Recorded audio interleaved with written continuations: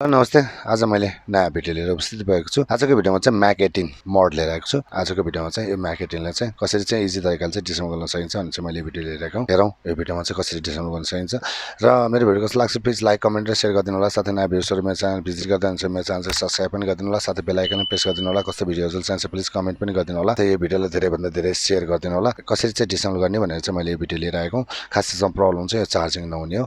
यो त्यो इस्युले चाहिँ आएको, तर यसलाई कसरी डिसेम्बल गर्न सकिन्छ इजी तरिकाले भनेर चाहिँ मैले आज यो भिडियो लिएर आएको हुँ। र त्यो भिडियो हेर्नुभन्दा अगाडि चाहिँ मेरो च्यानलको सानो इन्ट्रो पछि चाहिँ यसलाई सुरुवात गरौँ है त।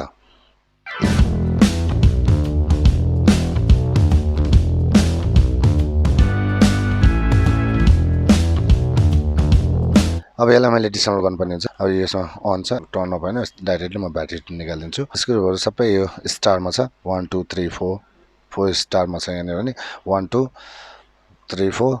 अब यो माथिको सब अपमा छ। यो हामीले लिँदाखेरि चाहिँ यो स्टारमा चाहिँ T5 र T6 चाहिँ लिनै पर्ने हुन्छ र यसलाई चाहिँ डिसेम्बल गर्नतिर लगाउँ है त। यो फर्स्ट स्क्रुलाई हामी यहाँबाट रिमुभ गरौँ।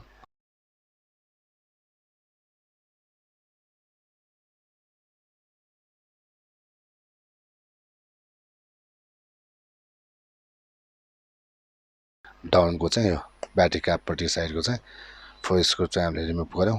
त्यसपछि यो साइडको नि खोलौँ।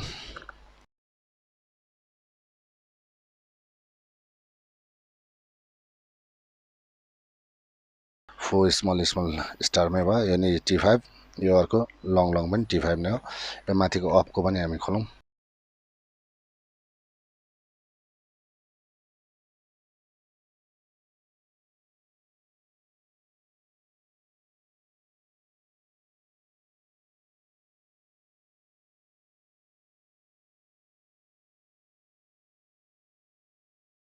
Four up, 4 down and 4 side सबै स्क्रु एकै नासको छ।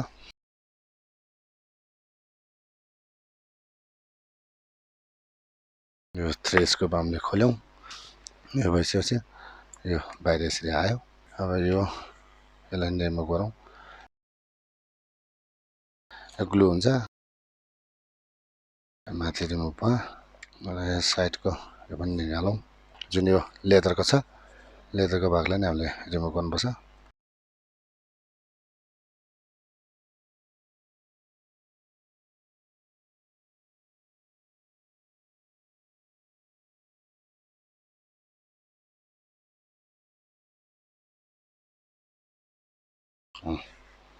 सबै निकालौँ।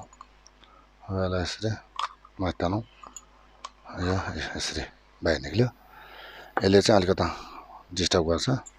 यो चाहिँ यहाँ टाँसिने भयो। पछि फेरि टाल्नेवाला छौँ। यसरी हामीले टाँस्दा मिलिहाल्छ। यो यसले अलिकता डिस्टर्ब गर्छ लेदरले। यसरी चाहिँ हामीले यसलाई बाहिर निकाल्यौँ। यसरी माथि रिमुभ गऱ्यौँ यहाँबाट। फर्स्ट हामीले रिमुभ गर्नु पर्यो डाउन 4 स्क्रु, साइडको 4 स्क्रु, अपको 4 एन्ड 3 स्क्रु डाउन गरिसकेपछि यसलाई यो माथिको रिमुभ गरिसकेपछि सट्टा माथि निक्लिन्छ।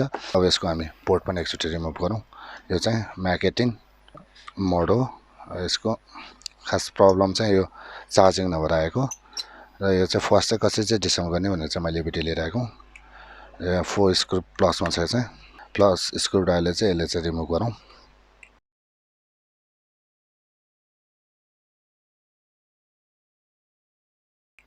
यो भइहाल्यो।